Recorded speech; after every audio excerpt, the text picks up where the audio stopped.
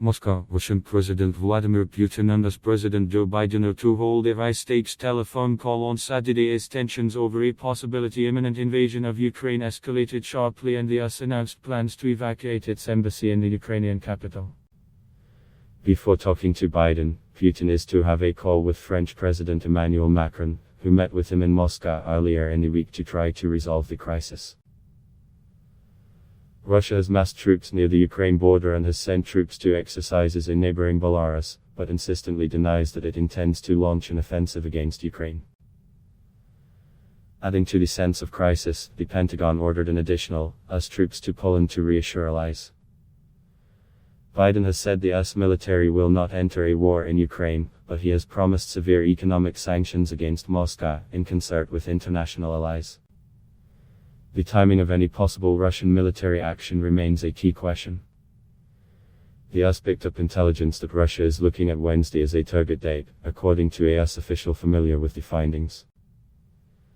The official, who was not authorized to speak publicly and did so only on condition of anonymity, would not say how definitive the intelligence was, and the White House publicly underscored that the US does not know with certainty whether Putin is committed to invasion. However, US officials said anew that Russia's buildup of offensive air, land and sea firepower near Ukraine has reached the point where it could invade on short notice. US officials told the Associated Press that the State Department plans to announce Saturday that virtually all American staff at the Kyiv embassy will be required to leave. The State Department would not comment.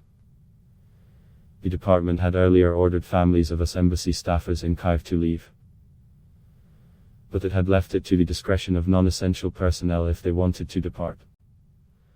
Biden's national security advisor, Jake Sullivan, urged all Americans in Ukraine to leave, emphasizing that they should not expect the US military to rescue them in the event that air and rail transportation is severed after a Russian invasion. Several NATO allies including Britain, Canada, Norway and Denmark also are asking their citizens to leave Ukraine, as is non-NATO ally New Zealand. Sullivan said Russian military action could start with missile and air attacks, followed by a ground offensive.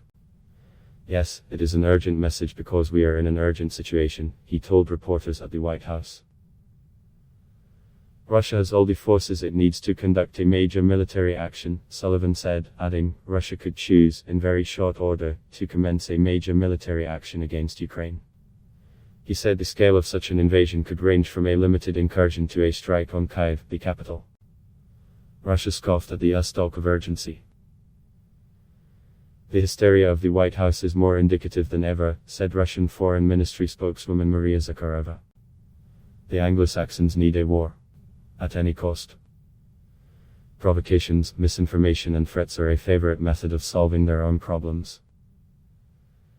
In addition to the more than ground troops that US officials say Russia has assembled along Ukraine's eastern and southern borders, the Russians have deployed missile, air, naval and special operations forces, as well as supplies to sustain a war.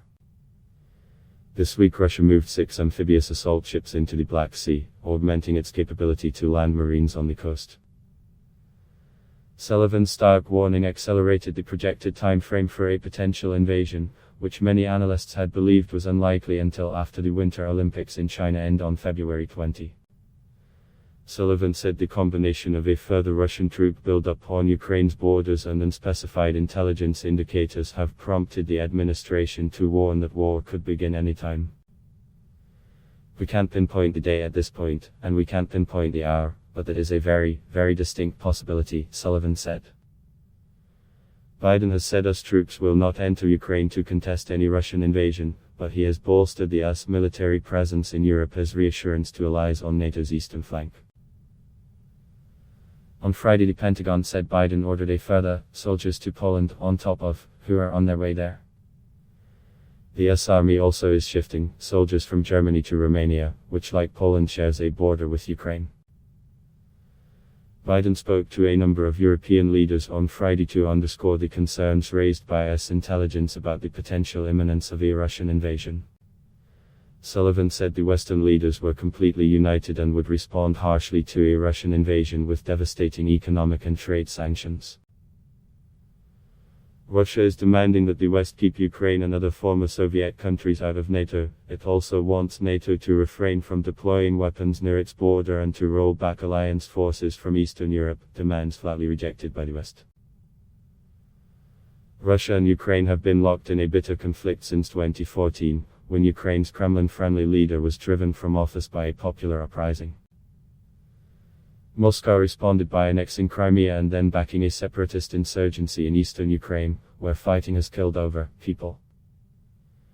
A 2015 peace deal brokered by France and Germany helped halt large-scale battles, but regular skirmishes have continued, and efforts to reach a political settlement have stalled.